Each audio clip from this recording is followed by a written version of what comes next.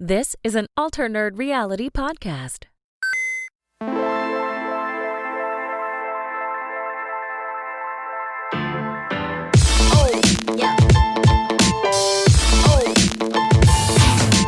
Welcome back, everyone, to the Alternerd Reality Podcast. This is a podcast for all things nerdy, all things gaming, basically all things awesome. I am one of your hosts, Chewburger84. And joining me, as always, is the very handsome, and if you ever do get the opportunity to hook up with him, make sure you give him a nice Jack reach around. It is Hebrew Hammer. How are you, buddy?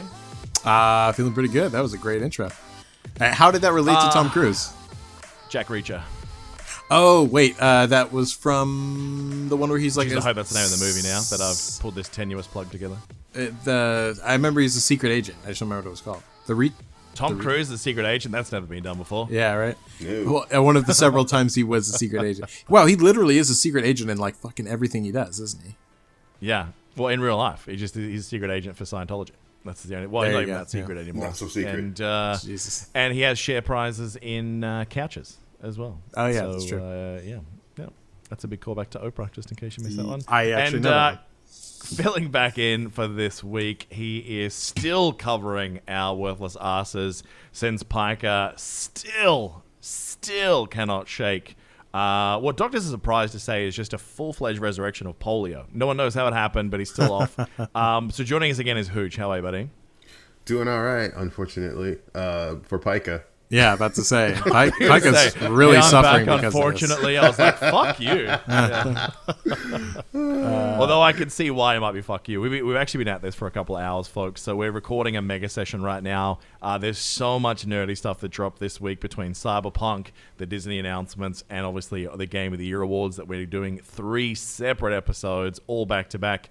Today being the 12th of December. How the fuck are we 2 weeks away from Christmas, boys? Yeah, it does not feel anywhere close to Christmas, dude. Yeah. Yeah.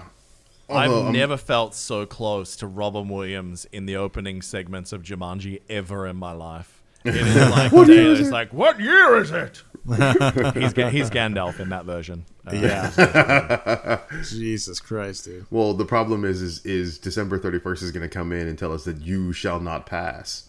Did I tell you I got drunk in New Zealand? Did that? Jesus Christ. We're out drinking. All right, super quick story. We're out drinking with some of my work colleagues, which, is what we always do. Because I only get to see them like once a year. Right. Anyway, we'd been to Hobbiton like the day before or something.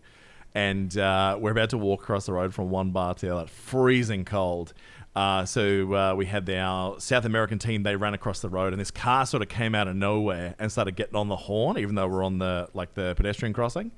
So I just stood in the middle of this street, just absolutely like shattered drunk, just yelling out, "You shall not pass!" And then I was subsequently not allowed into the casino because the bouncer heard me from over there, and then also saw me wander from there and picked up a traffic cone and used it to make one of those like 1930s car noises. Remember the ones like, yeah.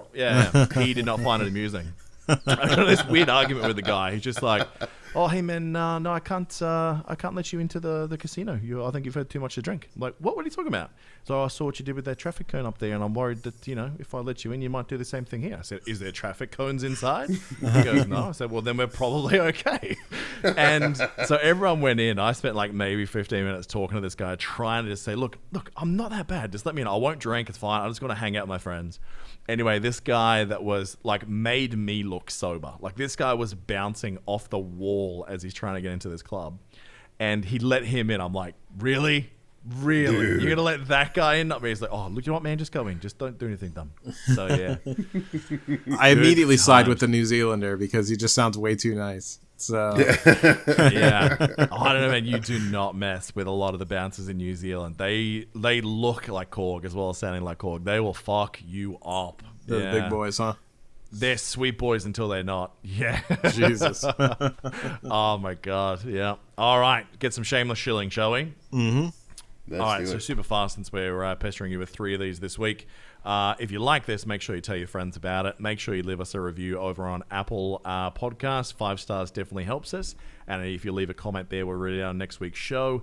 Make sure you hand it over to the Patreon page if you've got a few bucks up your sleeve and you want to sling it to some of your favorite nerds. Patreon.com/ANRpod. But most importantly, we love talking to you guys about all the nerdy stuff that is happening out there. So join us on the Discord at discord.me/ANR. Did I plug the Patreon? Patreon.com/ANRpod. Probably. Who knows? It's been a day.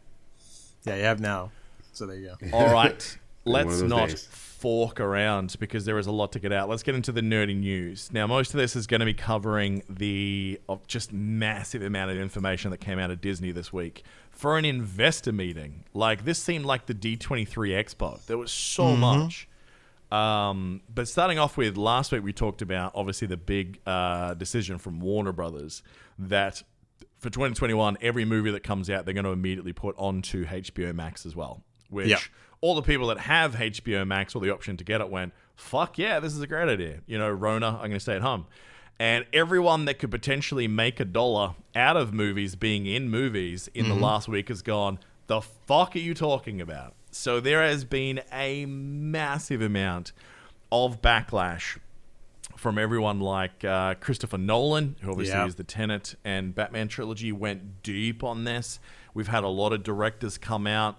We've had AMC, we talked about last week, has obviously been shitting on a lot of other major thingos.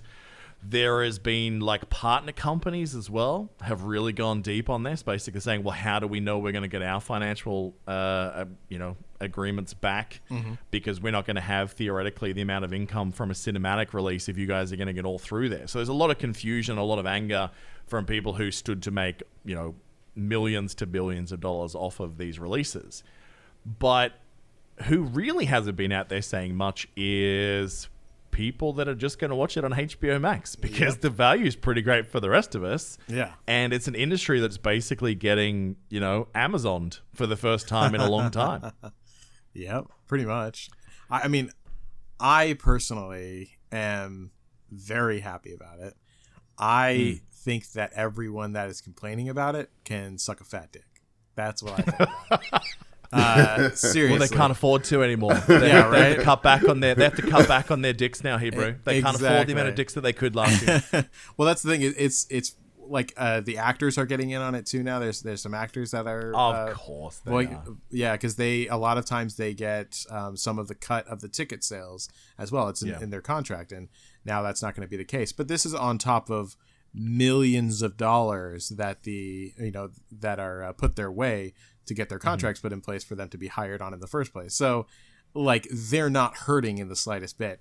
And at a time where literally everyone else is, and instead of like giving up just a little bit of money, like, we're going to be saving lives by not having people in movie theaters. Like, I don't know, they can fuck off. And honestly, I think that whole industry at that point, like this is showing like a big problem in that industry. And I think at this point it needs to just fucking go away. And like costs need to be cut where they need to be, and people need to get over these ridiculous salaries that they get paid. And movies won't be able to be. Some people are saying, well, now movies will never be what they used to be because they're not going to be getting ticket sales. They're going to have to cut costs everywhere. And at that point, I'm just thinking, fine, sure. I mean, TV shows survive just fine. They do okay. No, can I say that I think that comment is bullshit because we've seen the development of TV and their budgets go through the roof, and the caliber look at shows like The Mandalorian. Like, tell me that's not as expensive, if not more, to make that than a movie. Right, but that's what I'm saying. But it's still profitable for them. So the model still works. So the people bitching about I'm never going to get my money back as a movie now, fuck off. That's not true. So yeah, those people can suck a dick. I could see, like, just from a financial standpoint, not taking into account everything that they're overpaid and that this is during COVID time and all that kind of shit. Like, I could see them being upset because they, things that are written into their contracts just won't come to be. And instead it'll be, put into this new paradigm of streaming, which probably isn't written in to any of their contracts. So like, they're not going to be paid out from it. But to that, I just say, get over it. Well, not just that as well. Like, there are some things that have needed to change the industry for a long time. Like, have you guys heard of the concept of Hollywood accounting? Have you ever heard that term before? No. Okay. So you hear it a lot from especially like actors or comedians when they're first coming up. When, especially comedians, like they'll go on a tour and like it'll all be planned out and they've done these shows and then words got out about the show that it's pretty good. And then by the end of the run, they're getting sellouts and they're like, this is amazing. Like, we've got full houses. I'm going to make so much money. And they get to the end and go, hey, man, great tour. Here's your cut as the comedian, the guy that made this whole thing happen, or actor, actress, whatever it is that they're doing. And they're getting like a couple of grand. They're like, the fuck is this? I said, well, that's that's after expenses. Like, we had to recover our cost first, then our profit margin, like we discussed with you. And they're like, but we made this many $1 million and I'm getting this. How did it go? Oh, expenses. And then you find out that it's like, oh, well, they paid $40,000 somehow for, Motel 6 rooms, or they paid, $100,000 for catering, and it was only Subway sandwiches. You're like, how does that make sense? Like, they hide so much in, like, a lot of those post-end deals with actors where they say, we're going to give you this much of the profits after the movie. They deliberately sandbag the expenses so they can do all sorts of, fucking tax claims, as obviously the president has shown people how to do that over there. And then they make all their money back that way by declaring all of that. But then it's the actors and the artists that actually get fucked on the back end. So if it means the death of that, I think that that's nothing but a bad thing. And I think what you're going to see with this is you're going to get some pushes more to independent studios and things like that. Like, you are seeing more, people who were artists or writers or actors or directors that are going out and forming their own little companies now. We're seeing some of this start to pop up. So I think I get why they're pissed. Like, maybe you can't make, $20 million as an actor or actress anymore. And, I feel bad that you're going to have to survive on only $2 or $3 million this year, guys. Like, it would break my heart. But I do feel for the little guys coming up. Like, because I will say that, losing, millions and millions is going to feel bad. But if you still got millions, once you sort of come back down that lifestyle, it might feel okay. But a lot of the stage actors and that, like, they're the real victims, let's be real, of coronavirus. Like, you can't put on a stage show or a play or a live gig or anything like that. Those people do not get any work. You can still film TV. You still can film movie under very, intense situations. But you can still release it and everyone's getting something. So, and look, and again, this is not necessarily forever. Everyone's acting like the sky's falling down because, they're going to lose some cash this year. Maybe. Like, there's no real discussions about how this is all going to play out. So, I don't know. I mean, for me, I definitely think that, I'm totally, and I know we've all agreed upon this like several times before, but the modeling that Disney tried with Mulan, I think that that's the route. Like, if they want to go, if they want to release it for free and they find that financially viable, and that doesn't fuck up things, then sure, let's do that from now on. But if they go the route of Mulan, where they release it for a price, like a premium price on their streaming service, and then later on it comes out for free, I say do that. I feel like that's probably the closest way to modernize that system that they use with theaters anyways. So yeah, I mean, this is the Pornhub premium 1 free week of upgrade type strategy of, give it away for free in the first year, subsidize it with your other things, get the success, and then you go to the price you were going to charge anyway. Like, I think we all know that other shoe will drop for this HBO Max because you probably can't make it financially viable the way that they're doing it in the longer term. And everyone kind of sees that. So, yeah, I mean, it's a weird year in so many different ways. Yeah. So here's the thing that's happening a lot with COVID this year, right? We're seeing a lot of industries that are moving towards things that were going to be an eventuality anyway, right? Especially with the work from home thing. You're seeing a lot of companies turn around and go, you know what? This is a viable thing. Yeah. It just pushed it forward, faster than they were expecting it to happen. It expedited the process. This is the same thing here. All of the movie studios would rather have a situation to where, they could cut out the middleman so they don't have to pay anybody else. But because there was nothing that was really like a viable or reliable distribution method to get into people's homes, they were relying on the archaic or old theater experience. Also because quite frankly, the artistic aspect of things was still appealing to a lot of people. The movie-going experience was still appealing to a lot of people. So now that the fact that nobody is going to the movie theaters, more on that in a second, it's forcing the movie studios to do something drastic in order to recover their expenses and costs of making these films and, and shows and stuff. So the part about people getting upset, like the people in the industry, like directors and actors, I don't understand that, because the logic is this: no one's fucking going to the movies. Yeah. So if your option is you get nothing because nobody is there, or your art and your work or whatever is displayed to people in their homes where they're more likely to consume it, thereby and also at the end of the movie going, hey, I like this person, or I like this actor, director, whatever. What else have they done? And then going to look, immediately going to find something else. There's a really fun point in there that you always see, like, these actors and that going on to, like, late night with Fallon or whatever, and the way it's just like, yeah, I don't really do it for the cash. I do it for the art and the love, and I like expression, and you can work through, like, a therapy, and it's, this big rant.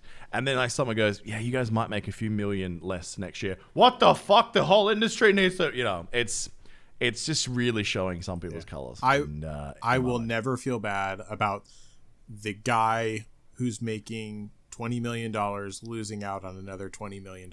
Fuck off. That's what, like, there's no way you can spin that to be like, oh, poor actor. No.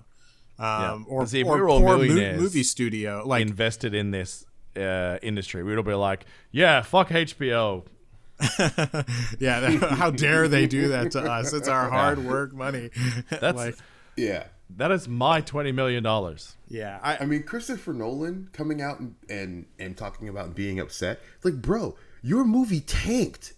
Yeah, right. It's like a $250 million movie barely made $75 million domestic, and now, like, the publisher or whatever, the distributor, like, hey, we got to come up with a better way to make more money.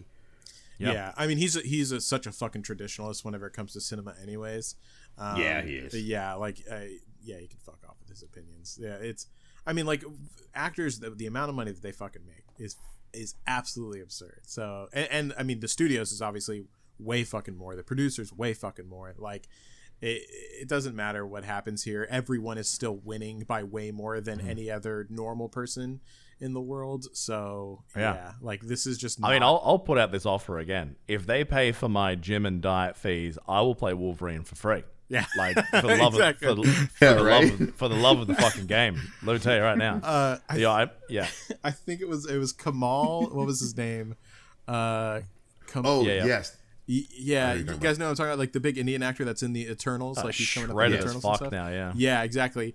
He was like, well, in a interview, he was like, well, I don't like working out, because everyone always talks about his workout regimen now. He's like, well, I don't like working out, but I will never have a chance for someone to pay all my bills, to have someone cook for me and clean for me and give me a workout routine, like, in my life. So I was like, yeah, I took it up. And he's like, is it achievable for other people? And he said, no, it is absolutely not. No way.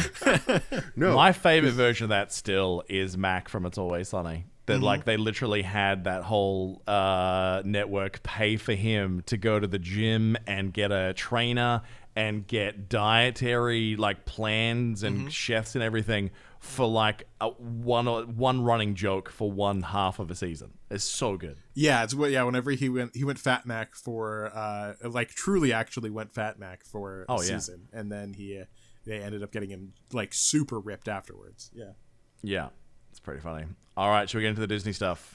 Yes, for the love of God. Yes. Good stuff. Wow. I mean, I don't know how many times you said it in the course of this podcast. It's a hell of a time to be a nerd, ladies and gents. And it is just the gift that keeps coming. Like, you can say what you want about all these streaming services, being the evil, blah, blah, blah. But Jesus Christ, it's giving us stuff that we've always wanted.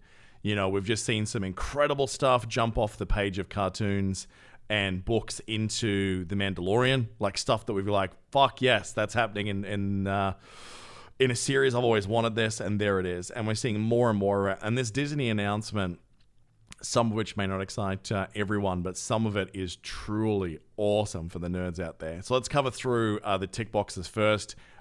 Beauty and the Beast, I don't know whether this is a spin-off or a continuation or whatever, but Luke Evans and Josh Gad are back again doing some sort of musical continuation of that storyline. Hooch, did you ever watch The Swiss Family Robinson? Oh, of course, like way back in the day. No idea what that is. Do you want to teach Hebrew what that is? Well, God, I don't remember it very well, but Yeah. like, you'd seen it like once or twice when you were growing up.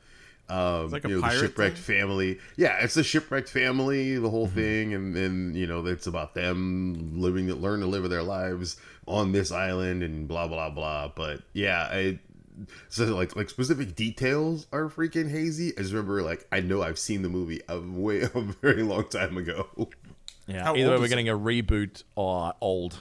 Oh, like older than me kind of thing. Oh, like shit. It came out in the 50s, 60s, something like that. Yeah, it's super old. Now, this was one series that got absolutely shattered with its interpretation because the books were actually a bit of alright. Was the Percy Jackson series? Did you guys ever watch any of those movies? I watched all of them. Actually, I liked the first one. It wasn't my favorite movie, but I liked the first one a good bit. The second one was absolute trash. But Yeah, I never got into it. But yeah. Yeah, but- wasn't Brosnan a centaur? Pierce Brosnan, wasn't he a centaur or something? Yes, he was actually. Yeah, I totally forgot about that until now. He was a centaur, and it was weird. Yeah, he went from James Bond to a horseman. Yeah, it was that's, as weird as you'd think it'd be. Is that a sideways move? I don't know. I think it might be a step backward. Yeah. So look, they're going to do this, and I think this makes sense, which is Percy Jackson and the Olympians. So for those that don't know, this is kind of like if the stories of like the gods and the demigods of the Greeks came out in like a modern day, and you had like someone of the lineage of the Olympians with some of the interaction of gods and mythical creatures, that is what Percy Jackson and the Olympians was all about. So it looks like they're going to have another crack at this. They're going to do it as a series on Disney Plus, and I think the long form of that should be the cure for what really afflicted that movie series. Yeah, I'm honestly getting to the point now where I don't necessarily want movies as much as I do series, because it's just really like I'm seeing such good series comes out now because they actually utilize the format in a meaningful way, and they're able to pack so much more good content in there, especially for things that are adaptations of books. You can only condense something so much before it really starts to lose its luster. So for this, like I'm actually really excited because like the Greek mythos is something that I've always really enjoyed. So having this in a series format, I think is going to do it a lot of good, and I'm fucking excited to see it actually. So yeah. The CEO of AMC is on the phone. He would like to have a conversation with you. Your whole comment about you want to see series over movies. He's not okay with yeah. that. You can tell him to hang on the line. I'll be with him in a couple hours. Yeah, tell him you donate a couple of dicks to his bag. Exactly. Yeah. The Mighty Ducks is a name I've not heard in a very long time. Is apparently coming back with a continuation of that series, with Emilio Estevez coming back. Did you guys get into Mighty Ducks when it came out many years ago? I was like very young. Or no, wait, was I even? When I was going to say I watched it as a kid. If I watched it as a kid, okay, you would have been a twinkle in your dad's eye at that point. So I think like I definitely saw it whenever I was younger. Like they threw it on as something for me to watch. That was Disney, but yeah, like I watched all of them and I liked them. I don't remember too much about them though. So yeah, it was a great hockey movie for a kid. Did you like it, Hooch? I caught the first one. I didn't catch any of the second or third one. And again, whereas that was like right in your wheelhouse, I was slightly older. Yeah. So it didn't have that same appeal to me.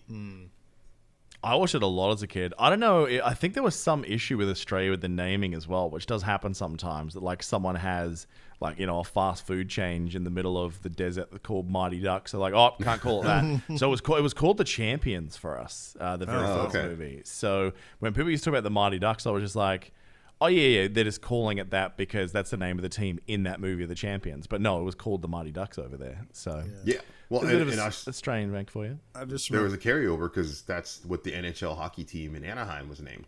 That's right.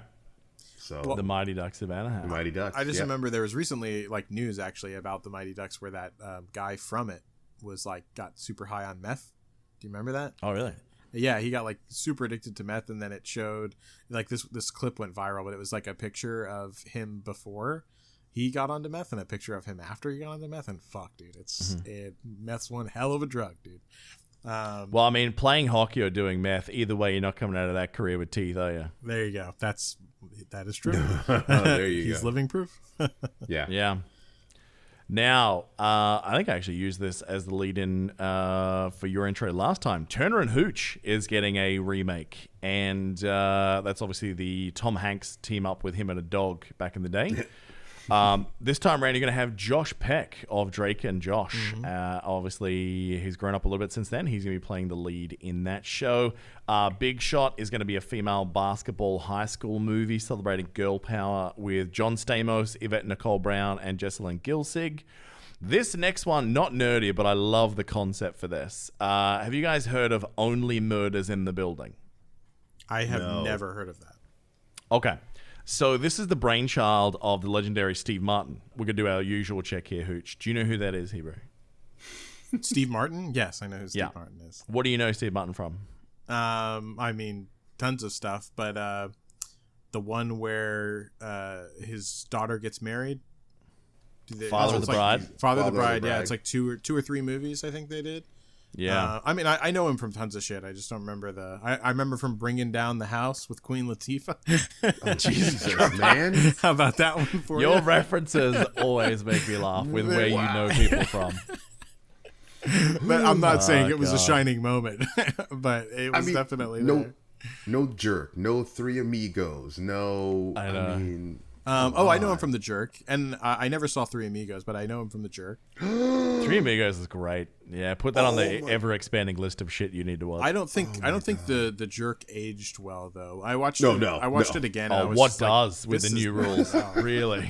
But it was like just like 80% of TV made before last year can never be shown again with the new fucking rules. God, I'm sick of it. It was more. It wasn't offensive as much as just like it was like honestly like pretty stupid. Comedy, like it just didn't hit well anymore, but I remember it being funny whenever I was younger, so yeah. I'm not sure. Only Murders in the Building, here's the concept, tell me what you think. So it has Steve Martin and Martin Short teaming up again, always great when those two are in the same thing, and Selena Gomez of all people is rounding out this trio. So the concept is these three people live in the same apartment building. They meet because they all get in the same elevator one day and they all go up, don't say a word to each other, and they all go back to their independent rooms. But each of them is like, all they do in their spare time is they watch true crime shows. That's all they do. And then what happens is there's actually a murder that takes place in the apartment building. And the idea is each season, being these big fans of true crime, they end up finding each other and dedicate themselves to solving the mystery. But they only cover crimes that happen in the building.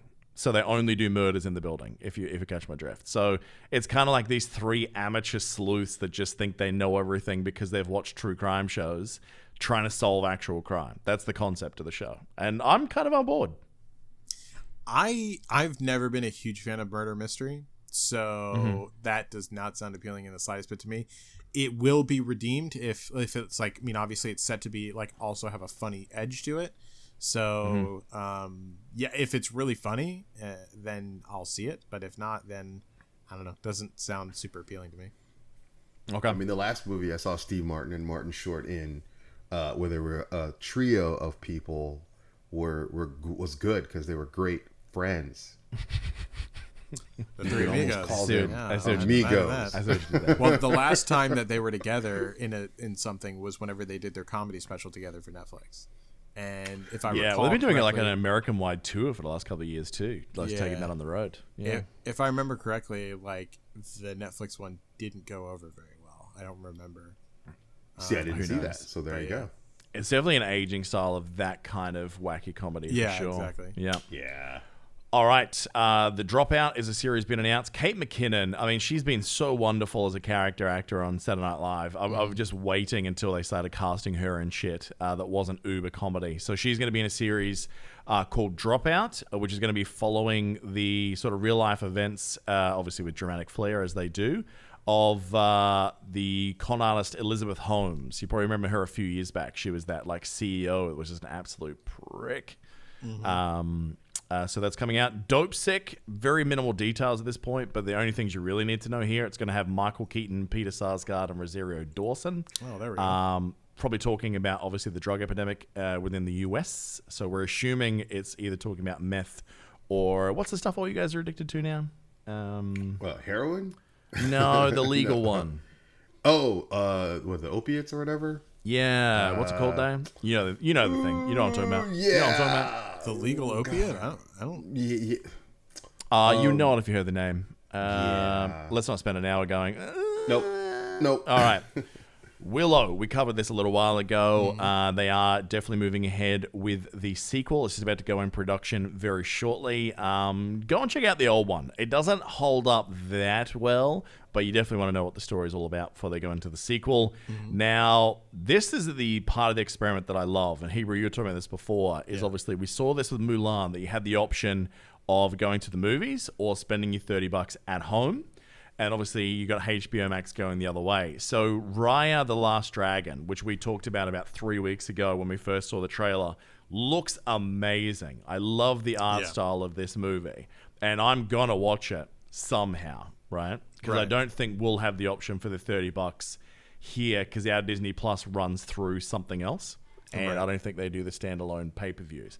So they're going to be charging $30 for that, or you can go to the movies. So Disney looks like they're sticking with some of their projects to the old model.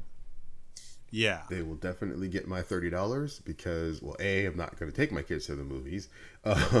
And, despite, all of the controversy with Mulan, I think my kids still enjoyed it. And I think they're going to like Raya and the Last Dragon as well. So I'm okay with this model. I'm actually surprised that HBO or Warner Media or whatever didn't go with this for HBO Max, that they just went straight free.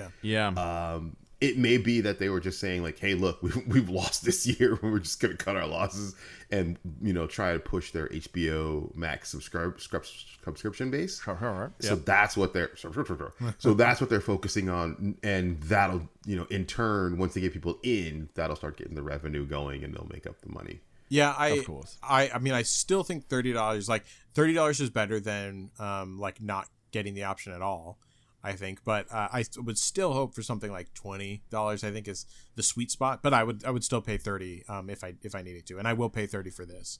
See, for you it seems expensive though, but for like someone with a family like Hooch, $30 to take the whole family to a movie is a bargain. Well, that's the thing. Yes. For a single person to watch it, like $30 seems expensive. But yeah, you're right. Like there is the much added benefit of $30 only for an entire family to watch it. So when you go to the movies, do you get any concessions or anything? But even with the drink and popcorn, I'm not at $30. What kind of movies you watching? I was going to say I'll be like $120 with all they charge popcorn in Australia. Fucking hell. For me to go to a movie by myself, it's like I'm spending at least 12 to 14 to get in. Well, okay, and then probably almost the same on concessions. Well, and that's if you get like a popcorn and a drink. I suppose I should say, so it depends on who I'm going with. If I'm going like by myself or with a buddy and we're trying to keep it cheap, like we'll go to like $2 movie day and get a drink and whatever, and it'll end up being like like $12 for each one of us kind of thing. Which does come out to about 30, so that's fine. But I mean, like, if you're going alone, then yeah, it's like a little bit more. Like I said, I'm not super opposed to it.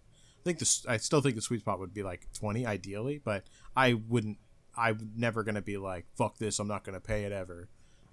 If it's 30. But I do want to see this movie. It looks really fucking good. So I'm very much excited for it. Now, this is jumping a little bit ahead into the Marvel stuff, but it relates to this, is that there's been no announcement whatsoever when the Black Widow movie rolls out as to whether or not it'll be on the streaming service at the same time.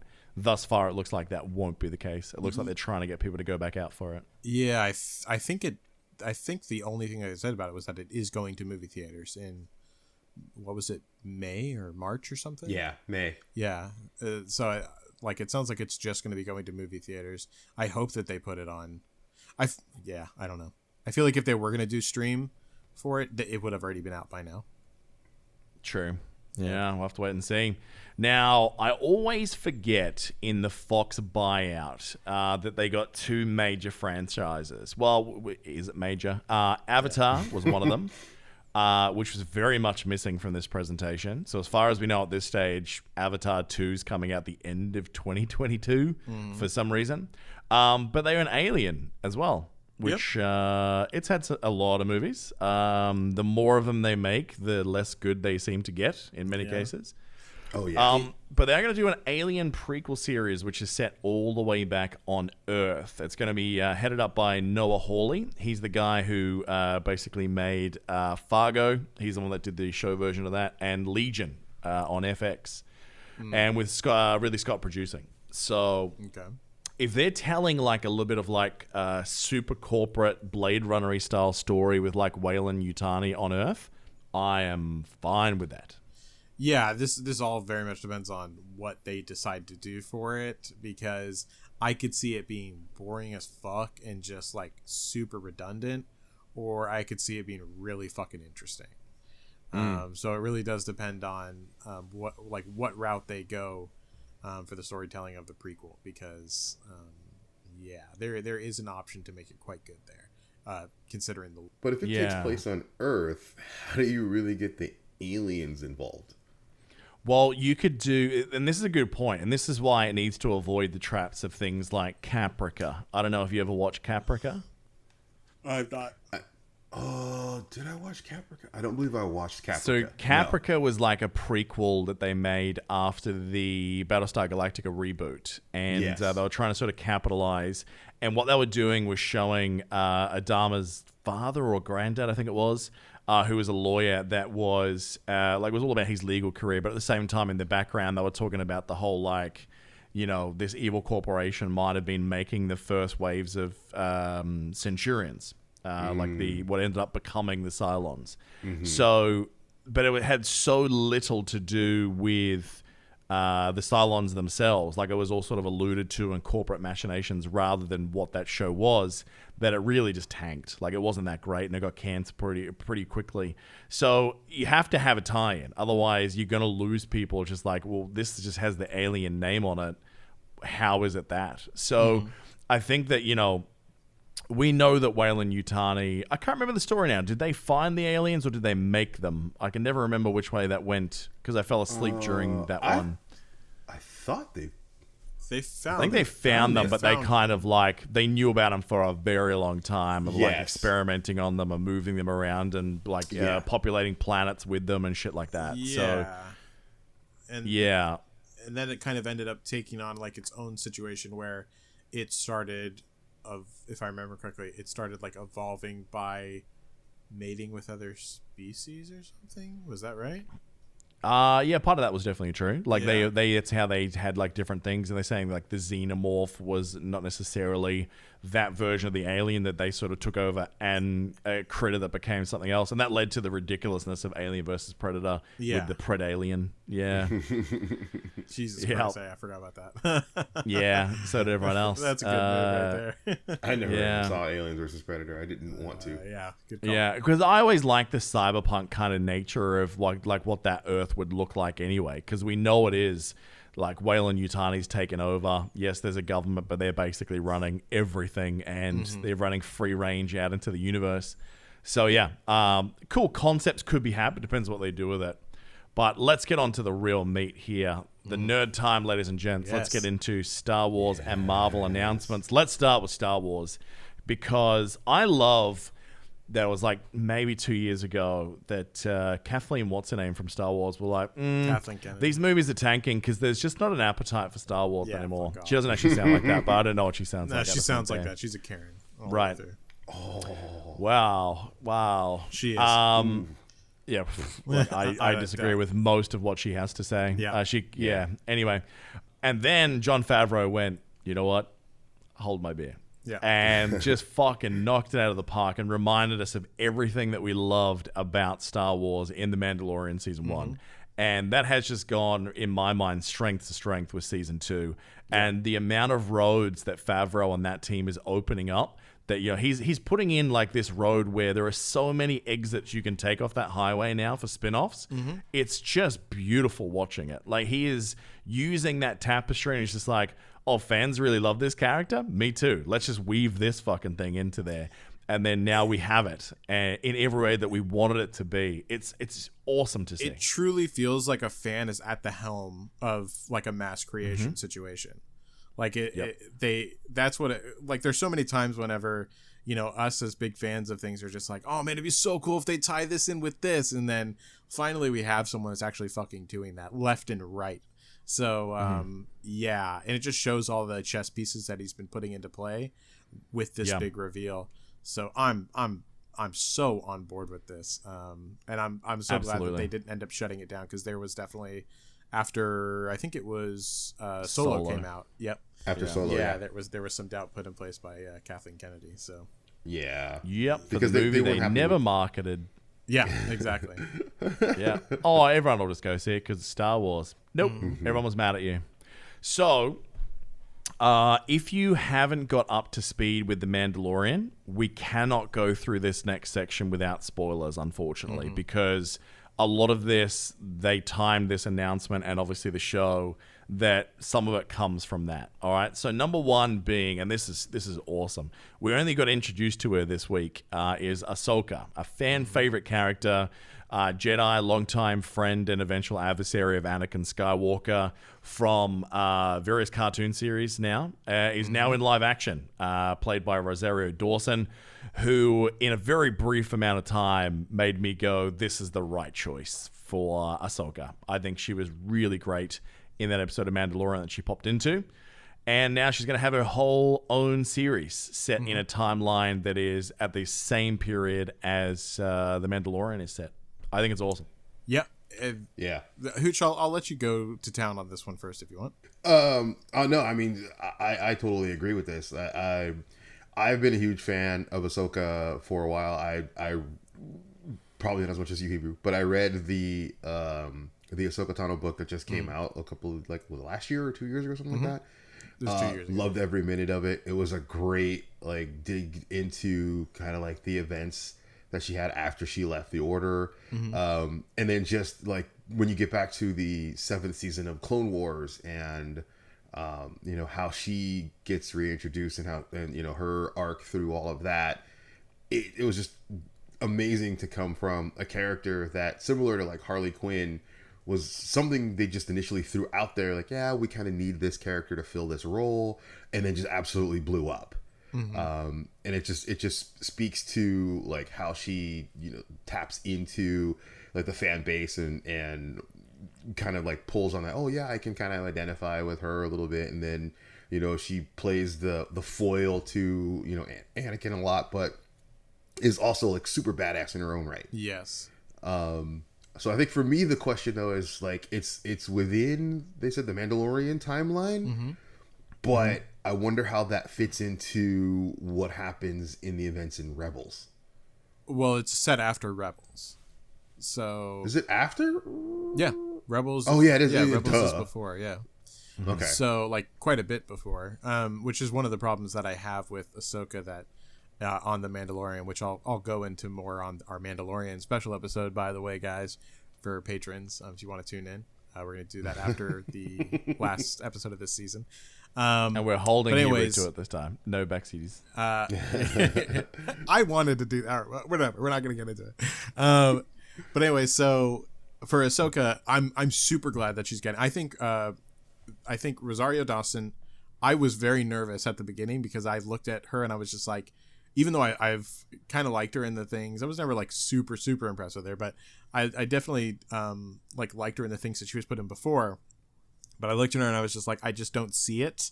Obviously, I knew it was going to take makeup, but whenever it came out, besides a little plasticity. What? How do you say that word? Yeah, you said it right the first time. Plasticity. Plasticity. Okay. Yeah, plasticity.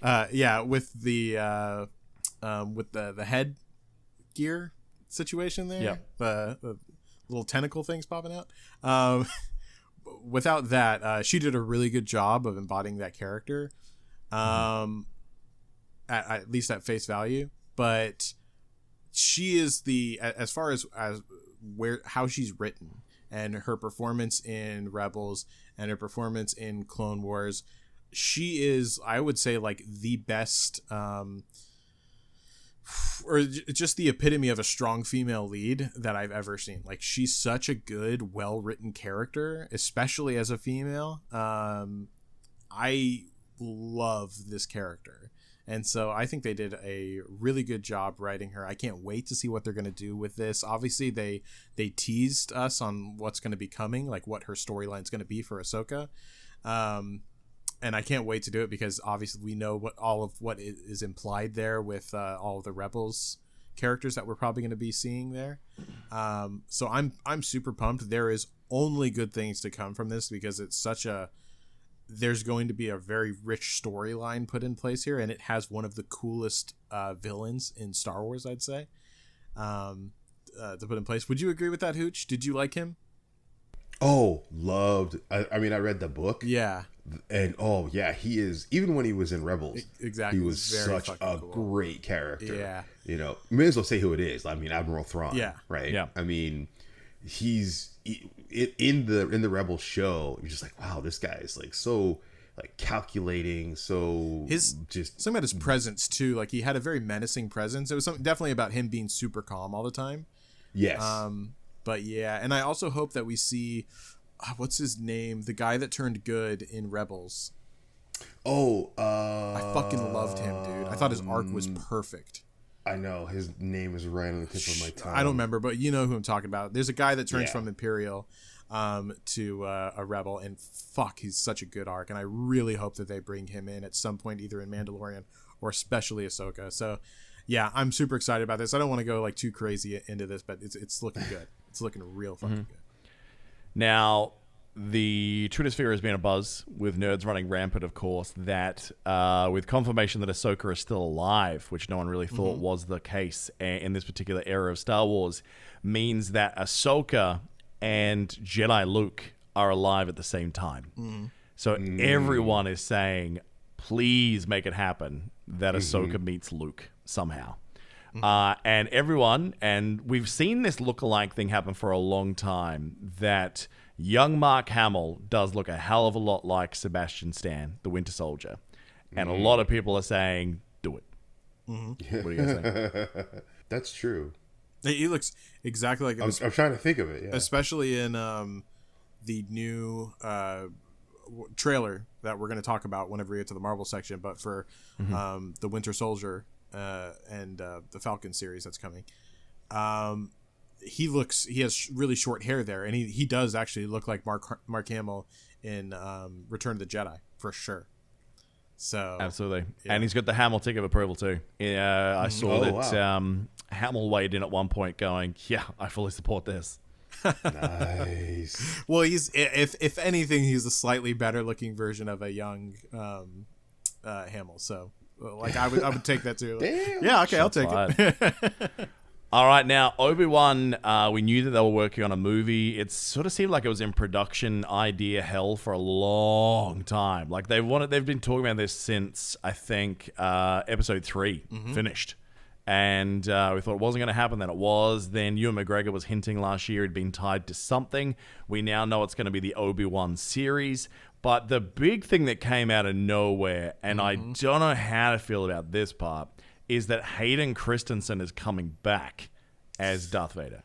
Yeah, so I had a weird reaction to this. I never liked him as Anakin.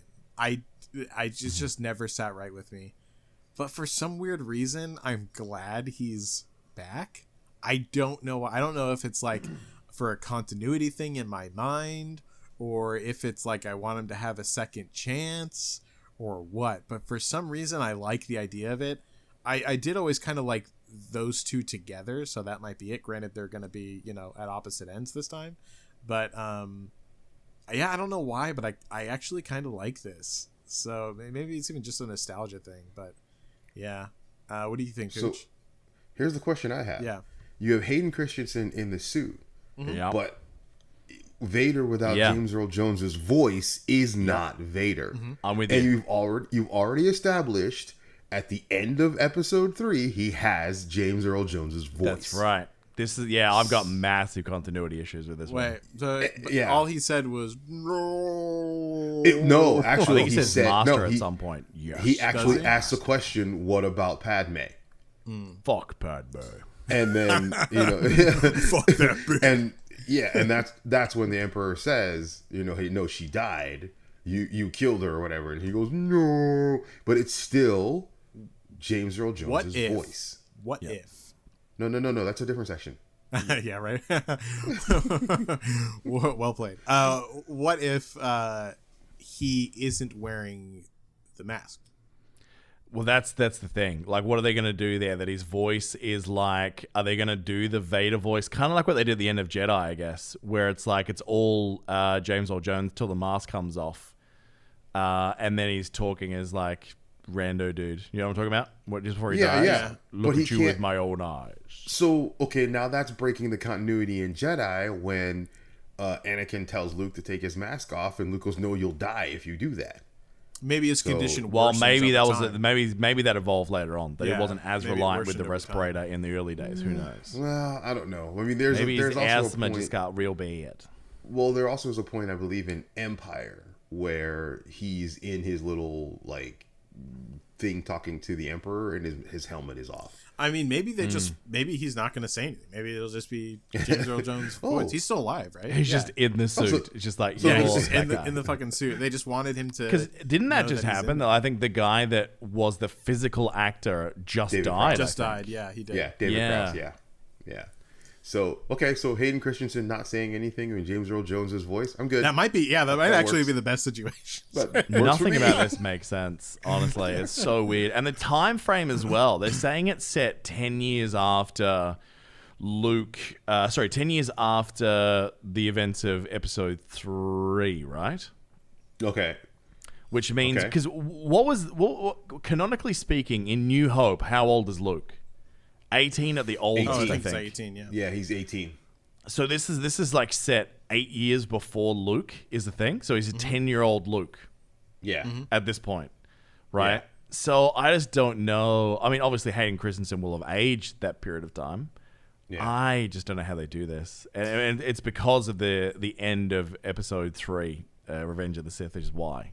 Well, yeah, and he's supposed to be. The other issue with this is that he's supposed to be on planet protecting Luke, and Darth Vader has not been there. So, No. Well, I mean, how are you going to have a kid himself? Well, yeah, but how It doesn't are you mean gonna that he have a stays story? there. Like he might. Well, yeah, he might that's leave what I'm on thinking. missions Like and shit. he must have had to leave, but from what it sounded like before, at least, I think he even said that he's been sitting there watching over him all of his time since he was a baby. So, like, I guess there's no matter what, they're going to have to break continuity and hopefully give a very good excuse for stuff. You know what I mean? So, but as long as they find good explanations, I'm fine. As long as if they have like very loose, like, oh yeah, just don't think about it too much, I'm not going to be super happy about it. But considering how much thought is put into these in general, I'm pretty comfortable right now. I think that they'll come up with something good. I think same. with the hope, I think the fans are hoping that the timeline would be more of before we get to the events of the Clone Wars, right? Where it's just Wait, been going done. back before then? Yeah, they've done that with the cartoons, though, right? Yeah. No, because remember in the Clone Wars, the cartoon, by the time we come back to, so the last time we see, I guess, because you do kind of have that overlap. But what I'm talking about is like before the Phantom Menace is what I meant, actually. So when you're seeing him do the things like, how does he meet? Oh, for just Obi, like when they were just for Obi-Wan, Qui-Gon Jinn kind of thing. Yeah, Right. exactly. I mean, either I would love As to in see Qui-Gon Padawan. Jinn. Just call it Padawan instead of Obi-Wan. Yeah, there you go. yeah, exactly. But like either kind of that or the events of Obi-Wan, when he still had Anakin, but it's just Obi-Wan, right? Yeah, because he was doing other stuff as well. Talking about in between still have- Phantom and the second one. of the prequels. Well, even like before, in between Phantom and the second one, yeah, because you still have all those things that he did. Like what was it? What was the name of the Mandalorian? Oh God, I can't remember her name. But anyway, there's obviously a relationship there between the two of them. Bo-Katan, or no, not Bo-Katan. Nah. Bo-Katan's sister. Yeah, I forgot what her name was. exactly. God, I can't remember what her name was either. But Google it now. God. yes, Yeah. but so there. I mean, there were a bunch of different things Princess that Obi-Wan Duchess had gotten Satine. up to. Duchess Satine. Satine. Yes. Yeah. See, I was thinking Sabine, but Sabine was exactly.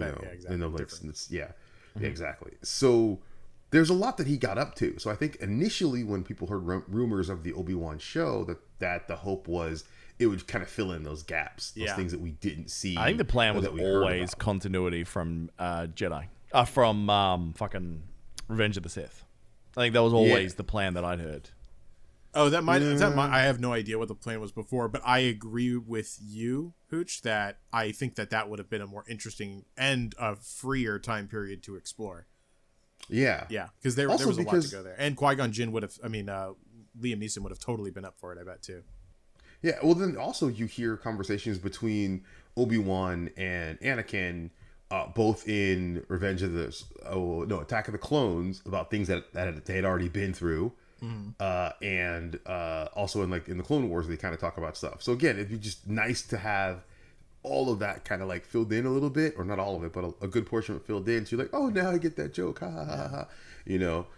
He is a good bit older though now, and like I guess to make it make sense with him physically, unless they like de-aged, which is annoying for a series especially. I think that might have been like why they went this way. But yeah, I can All see right. Now, the Rogue One storyline won't completely be abandoned like it once was. So we know that Cassian is still alive, and he'll be returning in the series Andor. So we had a bit of a behind-the-scenes look at a lot of the filming and prep work they've done for that. The scope of this show looks incredible, but I don't know 100% what this is. Is this set up leading to the events of Andor or just after? I've found myself wondering the same exact thing. Yeah, I'm not sure what the situation is there. They're pretty tight-lipped about the actual storyline here. Yeah, because we thought it was like it's a moon, right? And it's supposed to be just like predominantly jungle, but like a lot of the set pieces that they're showing. So maybe the name of it I'm just getting too hung up on. But from what I remember when they were pitching this series forever ago, because this actor's been tied to that role since Rogue One came out, that there was going to be something with him. Yeah. That basically was going to be like him as a James Bond style character for the Rebellion. Like he was kind of like their assassin / international man of mystery, in this case intergalactic man of mystery. So that looks interesting. What do you guys think? I'm down for it. I mean, that wasn't my favorite movie, but like it certainly Rogue was. One?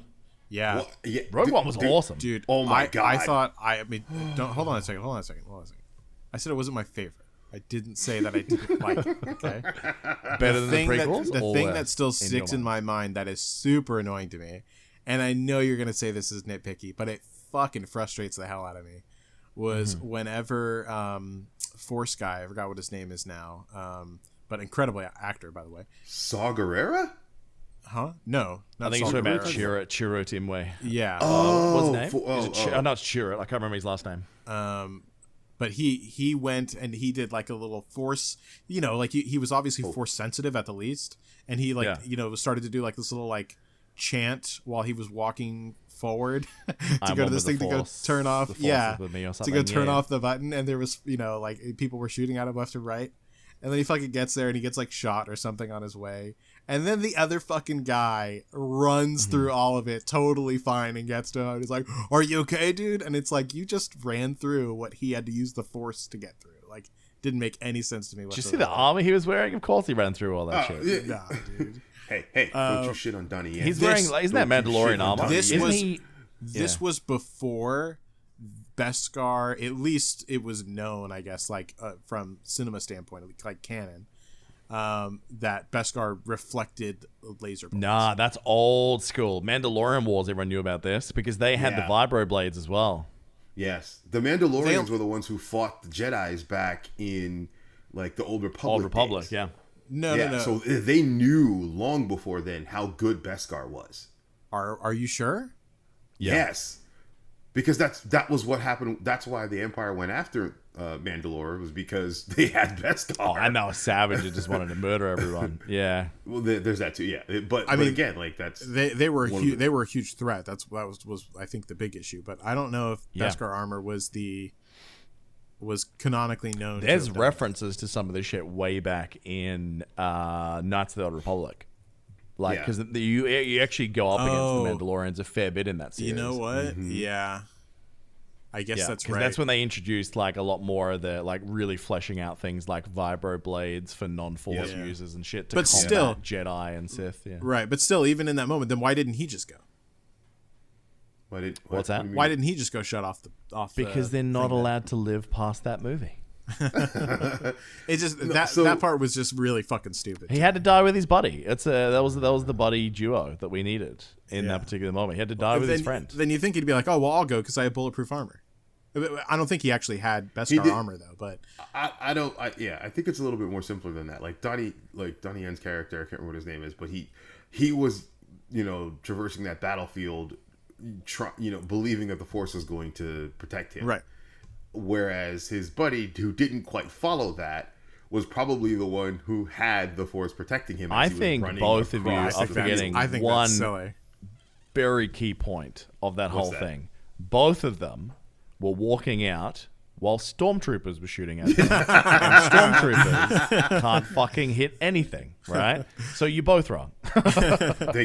They can't hit the broadside of a bantha. But yeah, well, that whole thing, that's why I think that thing was stupid. Because they Makes did sense end now. up, The old mate thought, they can't even shoot a blind guy walking out who's like thinking he has magic powers. Like, they did end up shooting him though. They did end up shooting him. He got hurt. because he stopped walking. He just stood still. Yeah. We can't hit a moving target. All right, the Bad Batch. Not just what I call a load after I'm done. What do you guys think of that trailer? I can't wait for that. Yeah, Those the guys Bad Batch was great cool as fuck in Clone Wars. Yep. Yes. It looks awesome, yeah. I'm pretty excited about that. Now, Hebrew, as the resident anime dude on the podcast, there's Star Wars Visions is apparently 10 short anime style series where they've basically gone out to 10 of the best anime creators in the world in Japan and said, you can play in the Star Wars universe. What do you got? So you're talking about 10 standalone little anime movies. It's a great idea. The last time I saw something like this was like The Animatrix. Do you remember that? Yeah. Oh, that was so good. I loved it. Yeah, I'm it was very cool. I'm actually quite pumped as to what they do here. I can. There's like anime developers or writers, I should say, are really fucking good writers. Underused medium for sure. So I think that this is going to be honestly some of the best Star Wars content that we're going to get. I'm super pumped for this. This is going to be fucking hella cool. So Did it say while we're on the note of anime as well, Sony finalized their purchase of Crunchyroll, by the way. So we're all hoping we get like free memberships as PS Plus or something. Yeah, well now Funimation is going to be merging with Crunchyroll, which is fucking great for me because I had a Crunchyroll and a Funimation account. So yeah, exactly. Your boy's going to be getting one now. Yeah, I'm fucking. That's just too much. That's too much content, dude. That's too much I want that content. That's what I want. Although I think, speaking of Crunchyroll, I think I misled everyone and said that Rama was on Crunchyroll thanks to bad info I got from my brother. But yeah, I looked it up. I was like, no, it's not on Crunchyroll. I think it's on Funimation. It's probably on Funimation then. Yeah, if that's usually how it goes. If Crunchyroll doesn't have it, Funimation has it, vice versa. So with Visions though, have they mentioned who the 10 creators are yet? I was trying to find out before the show because I was like, I really need to know this. Yeah, exactly. Or at least like maybe not them by name, but what they were associated with beforehand, so we can kind of get it. Yeah. Exactly. I can't fucking wait to find that out, dude. I bet we're gonna be so happy whenever we figure it out. Oh, absolutely. Oh man. Yeah. I'm fucking pumped. Because I don't think they're not gonna pick the 10 shittiest anime creators. Well, that's kind of the theme from that announcement for the rest of them. They were big on sounds cool in concept, but we have zero idea what they're going to be about past a one sentence descriptor. So Lando Calrissian is going to be getting a series, but we have no idea of what time period it's set. We don't know which actor they're bringing on for this. It's going to be what they call an event series. So it's going to be like 3 or 4 sort of episodes. There's no information about this, though, is there? No, not really. But I honestly really hope that Donald Glover comes back. Me too. He's a fucking amazing actor. Period. So He's just amazing. I think he was, considering all the shit that Solo movie had to go through. I think that he was like the best character in there. So yeah. I Solo got a really lot like of shit. It is not the worst movie I've ever seen. No, right? it is not, No. and it really, like, people took the piss out of it a lot. Yeah. But yeah, no, Donald Glover was actually a really fucking good Lando in it. So I want him to be at the helm of this one, but hopefully that happens. It worries me that they didn't announce him already. And someday, maybe when we do the Mandalorian like recap or whatever, we are going to talk about Rogue One, its importance to the Star Wars franchise, and the fact that it is definitely one of the best ones. It was the thing that allowed the rest of the movies that came after that for people's patience. With no Rogue One, I think people would have gone, fuck this, right? Until The Mandalorian came. Like, I think you're right. That the experiment continues without Rogue One. And I think Favreau, people should be sucking his dick so hard at Disney right now, honestly. Well, everyone in that team. It's not just him, but I'm a big Favreau fan, man. Except for the Lion King remake. Filoni for sure too. Filoni kept that thing not only afloat, but also does incredibly good. Isn't Star Wars. Feige in charge of this new interconnected universe thing as well? Filoni is. Filoni, yeah. Filoni, Star Wars. What was Feige? He had his name with Star Wars somewhere. I don't remember, but Filoni. He was in the presentation. Okay. Kevin Feige was in it for Marvel, but I don't remember him in the Star Wars. There was some announcement a while back. I'll look it up in a sec. But anyways, The Acolyte. We know absolutely nothing other than it's going to be a mystery-style thriller set in the High Republic era, around 200 years before the events of Episode 1. So not quite as old as the Old Republic, which we were all kind of hoping we were going to get that series made, which apparently is still up in the air. But this is at the height of the Republic, just before you see the rise of like the Sith to take it down. So it looks like it's going to be, kind of almost like the events of the prequels, really. Like you're seeing the end of one galactic republic and the rise of it coming down. So that could be interesting. Yeah.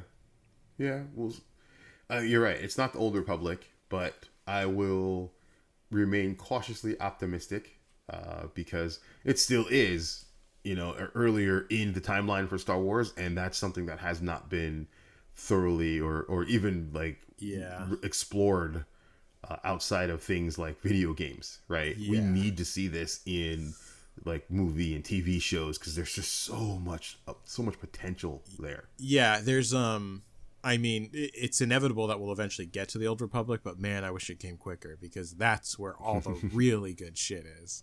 Yes. So, yeah, and I'm not sure. I guess the Keanu Reeves thing is now. Well, maybe it will still happen. I'm not sure, but I think we all had. Oh, Revan. Yeah, Dude. I think we all had him pinpointed out for Revan. So, yeah, we'll have to see what happens with that. But absolutely, Feige is in charge of the next movie. Apparently, he's in charge of the next movie. Okay, the next Star Wars movie? He's got something to do. Like he's a lot of the executive role for making sure the next movie is not shit, I guess.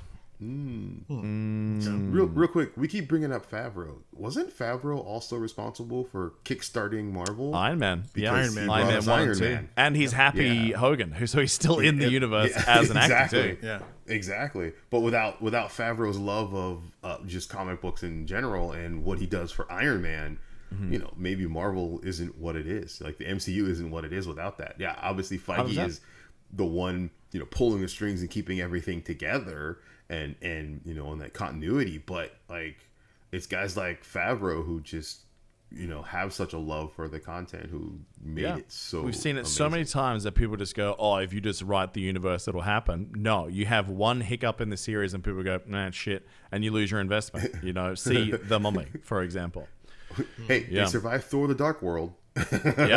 yeah, and with a lot of patience built up because of the first Iron Man, 100%. Yeah. All right, C-3PO and R2-D2 in an animated series called A Droid Story, which will follow them on their own secret mission. Sure. Yeah, I'm not too excited about that one myself. Yeah, I think that summarizes it for all of us. And then Rangers of the New Republic. Minimal details. We think what the announcement was supposed to have been is that Gina Carano was obviously going to be tasked now that she is the Marshal, I want to say, in The Mandalorian. It's going to basically be like a Wild West kind of story set in the Disney universe. But they didn't say that she was attached to it because the internet's still mad at her. And Hebrew is too. But that's for patrons to know. Because Hebrew especially. Let's not do this again. Yep. No. It is what it is. So that could be pretty cool. So look, massive amount of news for Disney. That's a hell of a lot of content. And the good news is that even if 50% of it sucks, which I don't think it will, we've still got 50% of possible awesomeness right there. So I think 70% of it's going to be great. So agreed. Yeah. Agreed. But that's only All 50%. right. Let's talk about Marvel. Marvel in 2021. Yes. Fantastic Four. We all knew it was going to happen eventually. John Watts is going to be directing this one. He is the guy that directed Spider-Man Homecoming. So I think the vibe of that movie would be pretty good. And I think also quite apt in the sense that the Fantastic Four is hopefully coming home for good. And please don't be shit this time. Yeah, I think that they're going to put so much into making sure that this is not going to be shit that I'm not too concerned about it. It will never survive another reboot. So, no. This is number 4, 3. This is number. I mean, this is the fifth. Oh yeah, technically movie? 4. You're right. What's the fifth one? Is it 4 or 5? Did they have There was three of the Fantastic original? Four, Silver Surfer, the reboot, and then this is number 4, reboot. right? Fantastic Yes, this is Four, the fourth Silver reboot. Surfer, reboot. Oh yeah, okay, so this is 4. Number 4, yeah. So yeah, Fourth crack at it. How good's that? The fourth one's finally the one they get it right for the Fantastic Four. You get it? Although the question is, where do you guys land on the push for Krasinski Blunt for Krasinski, yes, Richards? Blunt. Oh, no for dude, me. yeah, I want both in there. I think that they're both going to be great. I think that the chemistry is going to be fucking spot on. So, Chew, you said no to Blunt? Yeah. For this role, Okay. I think Emily Blunt is fantastic. I cannot stress enough how much I loved her in Edge of Tomorrow. Like, as an action star, she absolutely has the goods. But for me, there's something about in most of what I've seen her that doesn't give me Sue Storm. I don't know specifically what it is, but in like my dream casting, it's not her. Krasinski, Jessica however, Alba? perfect. No, it's Yeah. not Jessica Alba. She's dream casting for a lot of things in my mind, but it's not that one. I mean, it was Blue Crush, man. That movie was just a mess. It really wasn't. So yeah, I'm excited. The fact that Feige is going to be heading up this movie, like, you know that this script is going to be gone over probably more than anything they've ever done since Phase 1. oh yeah, for sure, dude. Absolutely. I'm super pumped. excited about it. This is going to be great. Yeah, Ant-Man and the Wasp. The movie that was never going to happen, apparently. They said Ant-Man and Wasp are done. Rudd and a few of the other actors went out going, fans, make it happen. I don't know if that was the cause, but we are going to be getting a new Ant-Man and the Wasp movie. And I couldn't see how they couldn't do another Ant-Man and the Wasp with how heavily tied to the events of Endgame the Quantum Realm was. Do you know what I mean? I don't see how you get rid of Pym, at least, without, you know, having everything kind of fall apart. So we're seeing the introduction of the next big bad of the MCU, which will be Kang the Conqueror. He's going to be played by Jonathan Majors, who, the thing you probably have seen him in is Lovecraft Green Country Mile. recently. Was he in the The Green Mile? too. He was I think that's what he won the Academy Award for, right? What? I have Is no that idea. him? Or am I wrong? I don't know about that. I need Jonathan to check Majors? this. Yeah, fact check that one. Jonathan Majors. I don't. Wrong. No. Wrong movie. Wrong movie. Hold on a second. Oh my god. Oh. He hasn't been in too many things from what I've seen. But No, big he goal. hasn't. My goodness. All right, Anyway, hold Quantum on. Mania, hell of a good name. Paying off a joke. And Cassie Lang is going to be featured more in this as well. So we might end up getting Gigantic Girl, which would be pretty cool. That would be pretty cool. Who knows? Well, she's had like 5 different names. Like, I think it was like Stinger, Ant Girl, Gigantic Girl. She's had a lot. By the right. way, I was wrong. Different person. I think we all knew that. We're just waiting for you to get there. Well, it was not only a different movie. It was not only a different movie, but it was also a Completely very different different actor. person. Yeah. I was Okay, thinking so- Green Book. It was actually Green Book that I was thinking of, but it was not the right person Right. there either. So, No Oh idea what my that movie is. god. All right. Do I need to say it? Yeah. because it segues me into the next We don't topic. all look alike. Yeah. Speaking of Black Panther 2, oh God. So look, I'm kind of glad that they did this out of respect for him as well. So they are not going to be recasting the role of T'Challa. It looks like they will kill him off in the MCU. Now, they haven't said specifically what that's going to mean. It was very stressed about a month ago. It was going to be Shuri was going to be stepping up to the plate. Then she did something on Twitter that got people mad, and then they really downplayed Shuri in this particular press conference. I think all of us know she's going to pick up the mantle, though. Yeah. I can't see how else she you designed continue the the suit. series otherwise. If you're not bringing T'Challa in. Was that in the comics? Was that in the comics? I don't remember if. At some point, She Shuri has does pick been up the Black mantle Panther of before, Black yeah. Panther. Yes. Okay, then maybe Yeah. she does. Yeah, I honestly I don't know there. I just don't know. Well, Yeah. and they're also saying that it's going to focus more on like Wakanda itself. Like, Yeah. I think didn't we that's kind of already good. have that? Well, with the first one, I don't know. Kinda. I mean, more the yeah. politics of it all. It was yeah. But most of the movie took place in Wakanda. Yeah, but most of it So- took place like in the palace or out in the Yeah. fields. Like they really didn't go into Wakanda City. They didn't go out into the Forbidden Lands or anything as well, because I didn't see a fucking dinosaur anywhere, and I was looking. Right? So, like, there's a lot of stuff there they can do. Like, if you open that movie with like Shuri and a T-Rex, girlfriend, I'm in. Like, that'd be just so good. Because there's so much to tell from that part of the world, for sure. Yeah. All right, we got some dates. WandaVision will be January 15th. I'm so excited that that's so soon, because that's Me not too. getting bumped again, I don't think. So that's awesome. Finally getting and then we don't have to wait much longer for some more Marvel content. March 19th, we're going to be getting Falcon and the Winter Soldier. We saw a sort of final teaser trailer for that. What did you guys think? I can't wait. Yeah, I'm not interested. I What just the don't fuck care. is wrong with you? You've been a real negative Nancy today in this podcast. Everything's just I- disappointed you. honestly, I'm not excited. You need to have a Falcon- Red Bull and perk the fuck up is what you need to do. Falcon Well, are you okay? and- Do we need to have like a therapy session for you halfway through this? Who hurt you, Hebrew? Who hurt you? I felt like Carano. I honestly felt like at least in that trailer, I felt like the chemistry was off. I felt like I didn't like the two characters that much to begin with. Do you remember the moments with Falcon and Winter Soldier back in those movies, though? Like, it was the fact that they don't got like on each each other's other. nerves so much was the funny part about it. Yeah, but that's the thing. Like Winter Soldier guy, I forgot what his actual name is. Sebastian. Well, wait, you mean Bucky Barnes or Sebastian? Bucky Stan? Barnes. Bucky Barnes. Okay. Yeah, he just was not like giving it back to him in the trailer. Like I don't know, it felt like very one sided, and it felt like the chemistry was off. And so I was like, eh. And I'm not a big fan with them to begin with, anyways. They're like I guess he kind of has a superpower. He's a super soldier too, right? Bucky, yes. Yeah, Bucky okay. is, yeah. So yeah, he kind of has a superpower. He's on like the same level as and I've never been a huge fan of Captain America either. So like, it's just that that area is just not for me. I'm into the more like overpowered, magical badass guys. I mean, Tony Stark is the same situation. I'm not a huge fan of Iron Man. Granted, in Endgame he was Endgame and Infinity War he was fucking cool because that suit was sick as balls. But the other two, not so much. I just don't care about those two that much. See, I'm the opposite. God. And I feel like I like he it should have. when you- I felt like Falcon should not have picked up the mantle.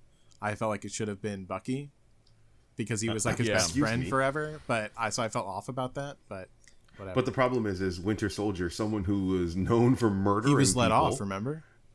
Well, yes, but he was still, hello, he killed the Starks. Because he was So- brainwashed by Nazis. Hello. Exactly. But that's the that's the fucking thing. balls, dude. Come on, you know how suspicious the American population can be. Yeah. If You want to it's- give people it's- health care? You communist fuck. Exactly. Well, they still let him be a superhero. So I don't know. I would say if they're on his side enough for that, then I would say he Nope. should have been the one to pick Can up the mantle on we that. Can we make our first T-shirt? You communist fuck, please. That would be a fucking great one. Yeah. Cheeseburger 2020. All right. Shang-Chi, theaters July 9th. I thought that was still locked in production shittery, but apparently it's done. So that's awesome to know. Mm-hmm. May 7th. Sorry, I missed one here. Black Widow's coming out. Loki will be in May as well. That's a big couple of months. What did you guys think of the Loki trailer? I actually really like this one. Loki, I think, is a badass character, so I'm really excited to see what happens with that. I think that the storyline for it is actually pretty interesting too. So I like it. The best parts about Loki are when he gets a little bit too cocky and then gets knocked down a peg or two. So it feels like that's his from whole a trailer existence. that's gonna that's basically his whole existence in this show is I'm badass. No, you're not. Yeah, still one of my favorite things ever was in Ragnarok whenever he was putting on the play about himself. I love that dude. Oh my god, Matt Damon. Well, then there was although Get Help. I don't want to do Get Help. Oh, yeah. Let's do Get Help. I'm telling you, dude, Taika Waititi fucking killed that movie. There's a lot of people that say it was too funny, and I'm like, nah, it was fucking just God, too funny. Because they just hate fun, those people. Thor has to be the humor point in this because he's the one that sticks out the most. Everyone else like kind of fits in, but to have like that group, like godlike, mythological person who's been around for like 1,000+ years or whatever, like he has to be the fish out of water. Yeah, and plus Chris Hemsworth plays his fucking role so goddamn well, dude. Yes. I have never honestly old school Thor movies. Yes. Oh no, Thor 1 and 2. Starting with Ragnarok was when under the direction of Taika Waititi. I think because Taika Waititi let him bring in his humor chops. And I think that they just wanted him to be the hot action guy before. And Taika Waititi flies in the face of that. And so, dude, like, I thought like one of the most perfect moments was in Infinity War whenever Rocket was talking to him in the ship and talking about how his family was dead. And it was like a perfect interweaving of like really dark drama and like a little bit of humor at the same time. It's a fucking magical moment in that scene. Yeah. And at the end, whenever fucking Quill and him are doing the who's the leader? Fucking I love him now. And man, side note as well, there was like a Twitter poll again the other day that sort of set off a bit of a storm, where it was like you have to get rid of one of these movies, and it was like Spider-Man 2, Endgame, and like two other ones. Yeah. And everyone just started shitting on Endgame, saying, it was overrated and it wasn't like, proper cinema. It was just like basically a fucking thing. It's like, fuck off. Things can be fun and awesome. Just let things be fun and awesome. You don't have to have, like, you try making complex roles and dialogue for how many fucking characters were in that movie? Yep. Like fucking 20 important characters in that movie. Avengers, no one's there just going, I really hope they get into the psyche of Miss Marvel and what she's been through in this movie. It's like, no, I want to see shit get shot at other shit and go boom. And then someone says like a cool one-liner and like, you're filed, and then moves back out and does something, that was just comic books come to life. Just let it happen, dude. They walk away from the explosion without looking at it. We need that. Yeah. For every Winter Soldier, there should be an end game. You do your one that's very heady and spy crafty, and then you go and do one where it's just all action scenes. And honestly, they give in both movies, they gave every person like adequate time to shine, and I think that that's fucking admirable as hell in a movie like that. So where time has to be shared so much between so many characters. So fucking I know a lot of them were dead for 5 years. But still, in the first one, like, they gave everyone good time. Yeah. No, man, I still love that movie. Yeah. If you told like 5-year-old me that was going to be real, I'd be like, okay, buddy. Nice. That trailer, so the TVA, the Time Variance Authority, it feels like they're going to try and do a lot of kind of Legends of Tomorrow, time hopping, fixing like errors in the timeline from their perception kind of thing. That's the vibe I'm getting. Yeah. Did I not see a blink and you'll miss it clip that looks remarkably like Loki may have visited the Black Widow in the afterlife? Yes, no, you definitely saw that. What is that about? I didn't see Yeah. that. I didn't see that. Oh yeah. Fuck. Oh When she yeah, was you on look the at thing. the way the world looks, and then you see Yep. like this girl with her back to you, and you go, "That's Black Widow. She did." Well, shit. Okay. All right. Interesting. There's a lot of little things like that, and that bit right at the end where he gets like sucked up into the Bifrost. I'm like, oh, dude, Yeah. there's a Yeah. lot of really cool shit here. Yeah. Well, because he's leading up, it's like, Heimdall, you better be ready for this, and he jumps out, and you're like, what is going on? Yeah, And then he gets sucked up into the Bifrost. And he's Pretty definitely cool. one of the more interesting characters. I'm fucking super excited. I still love the fact that was never supposed to be the case, but just that he hit it out of the park Yeah, so so goddamn well, hard that everyone went, well, he's coming back. Yeah. Yeah. All right. What If? That's a series we've been talking about for a long time. So Jeffrey Wright from Westworld, or he's actually going to be in the Batman as well. He's playing the new Commissioner Gordon. He's going to be playing Uatu the Watcher, who's kind of going to tie these things together.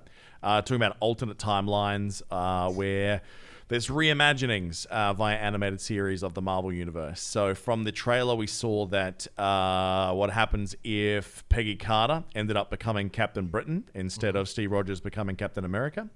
What happens if Yondu landed in Wakanda and took T'Challa instead of Peter Quill? Peter Quill. So T'Challa becomes Star-Lord instead. There is a zombie Captain America for some reason. And the Doctor Strange one, I don't know. It looks like there's two different versions of Doctor Strange, like a multiverse type thing, right? Like multiverse madness. Well, I see what you did there. Speaking of, it's now being confirmed that Doctor Strange 2 will tie very heavily into Spider-Man 3. Yes. Now, it feels like every second, I don't know if you guys have seen the memes on this.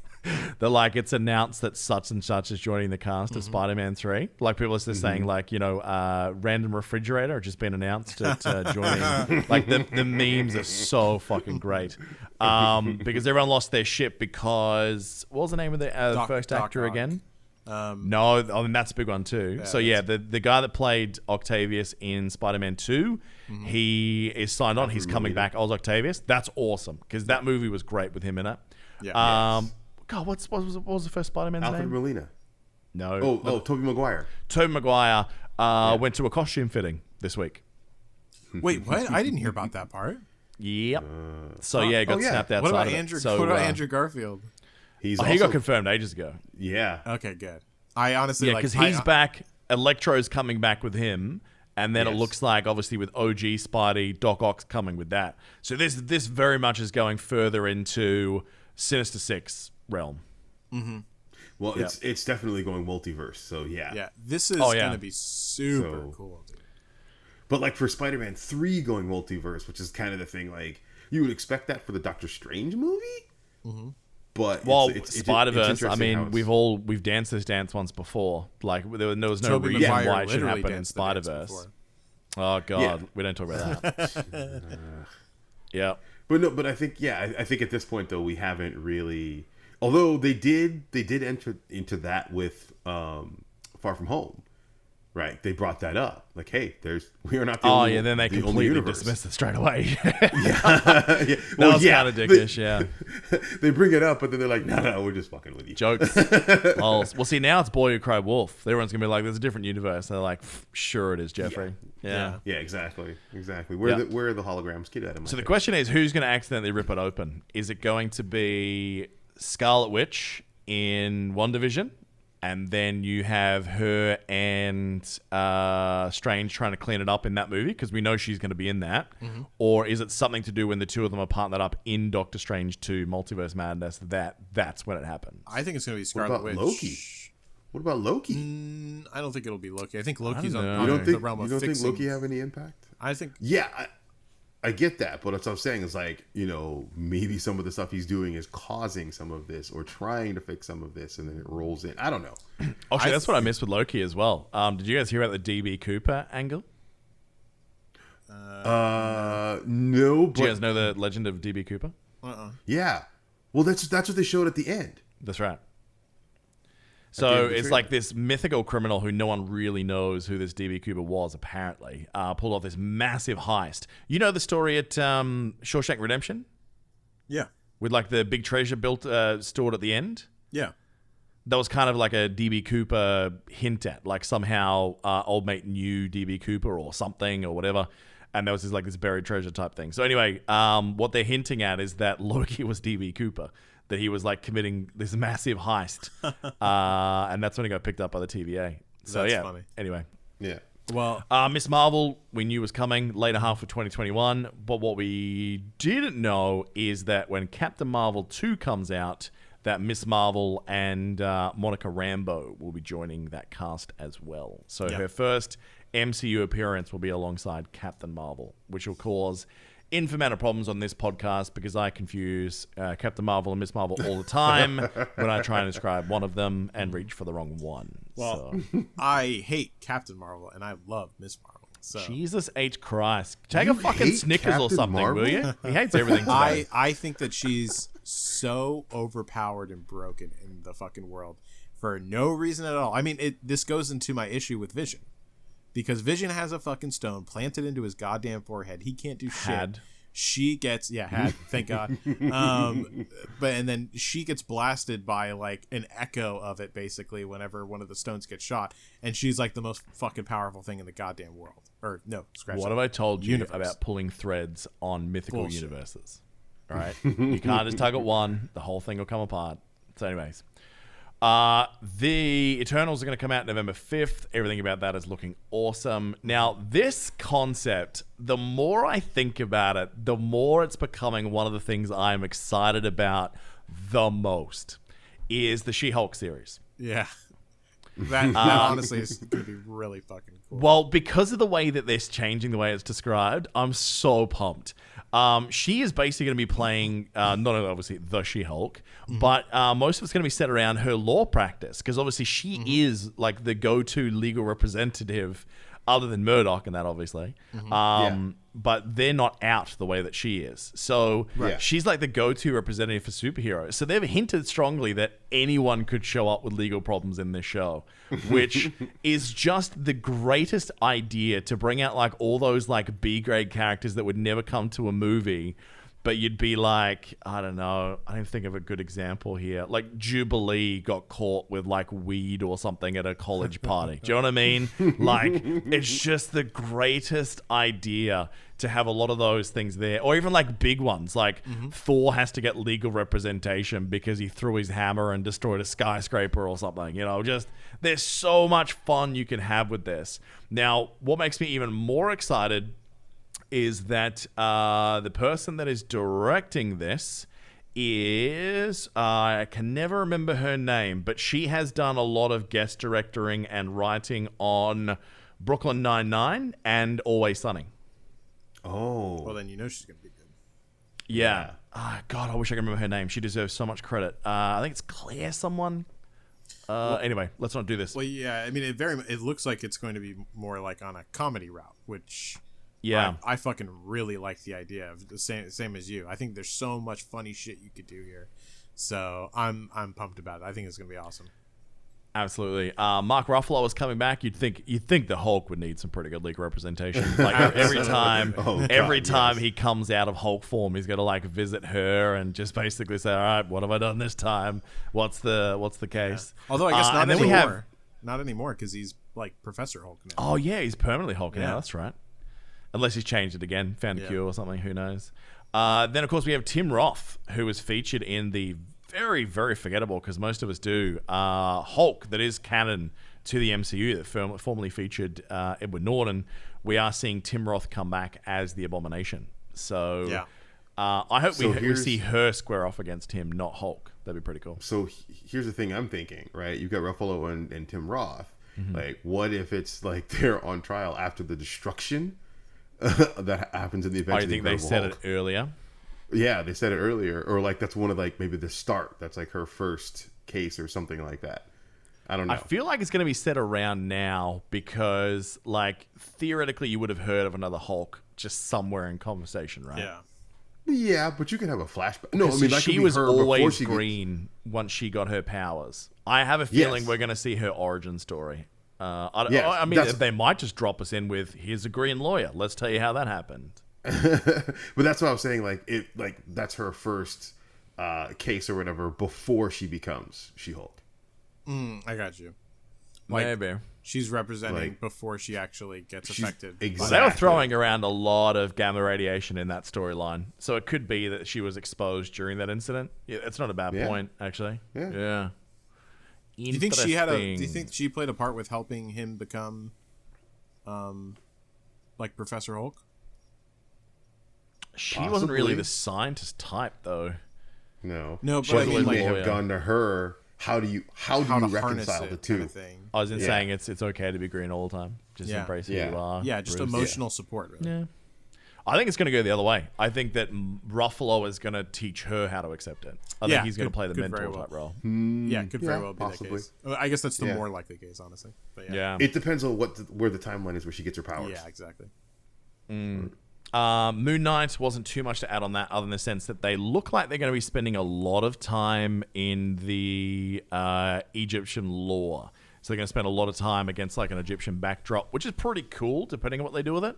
But even though I think the most interesting thing about that character is obviously, his brain and how messed up it is. But put some pyramids in the background. I'm on board. I'm honestly getting more excited for this one as time goes on because they're going to be going so much into that Egyptian lore as well. So I'm actually pretty fucking excited about this one now. Well, and he's Marvel Batman. Yeah. There you go. Well, isn't he more than that? Doesn't he actually have like powers? Kinda.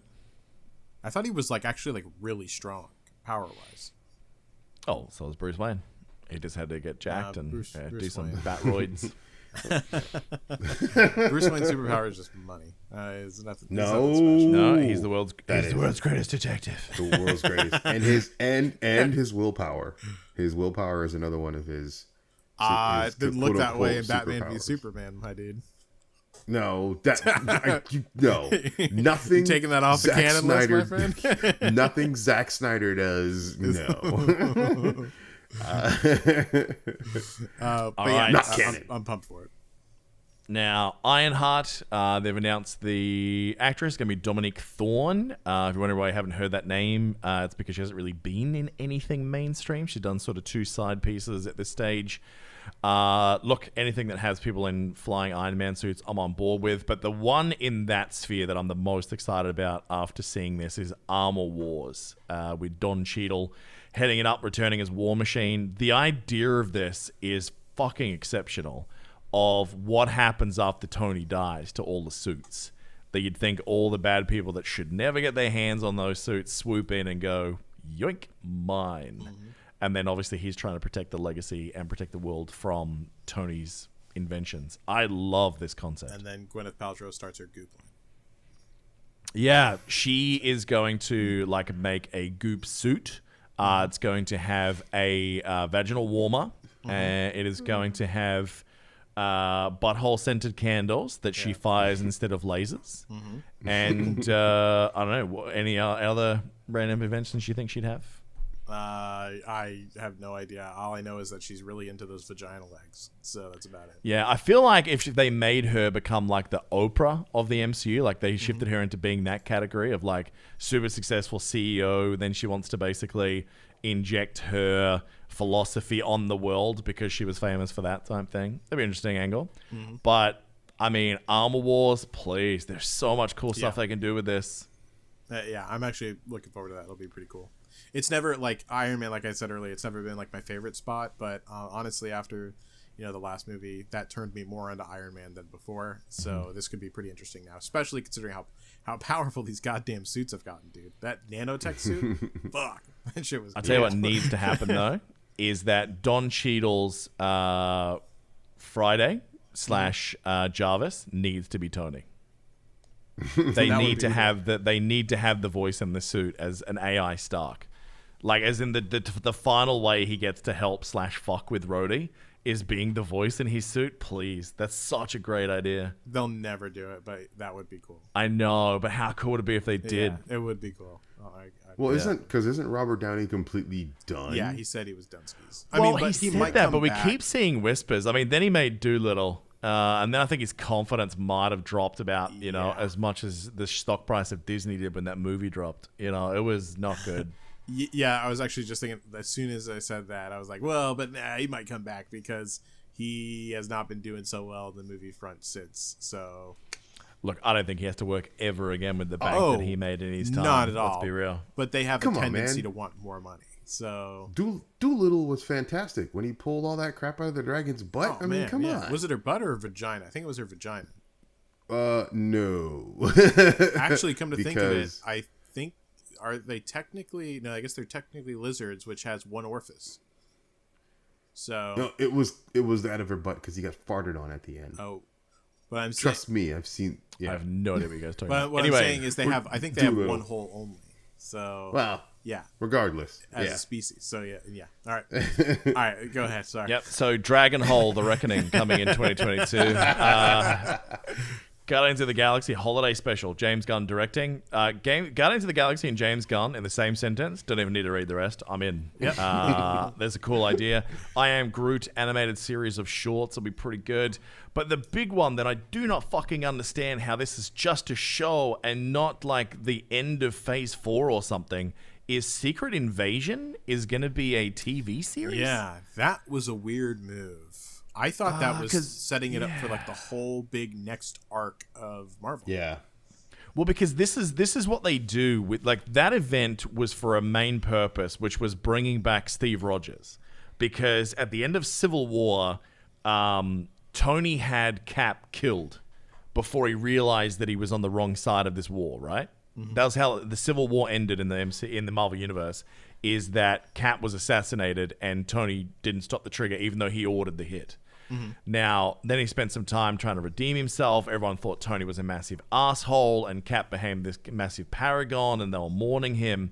And then what you started finding is that the world had been taken over by the Skrulls, like that many people were being impersonated by the Skrulls, which we saw in the MCU with the Captain Marvel story, but good Skrulls, not bad Skrulls, or like led by the Super Skrull that we saw in the comics. And that's where you found out that the one that Tony got killed wasn't actually the real Cap, that the real Cap was somehow off in the Forbidden Lands where they had a facility where the Skrulls had to keep them, where they had to keep the original being to clone them or something like that. I can't remember the exact. Am I in the right ballpark, Hooch? Sounds like, yeah. Yeah. So anyway, it's this massive event.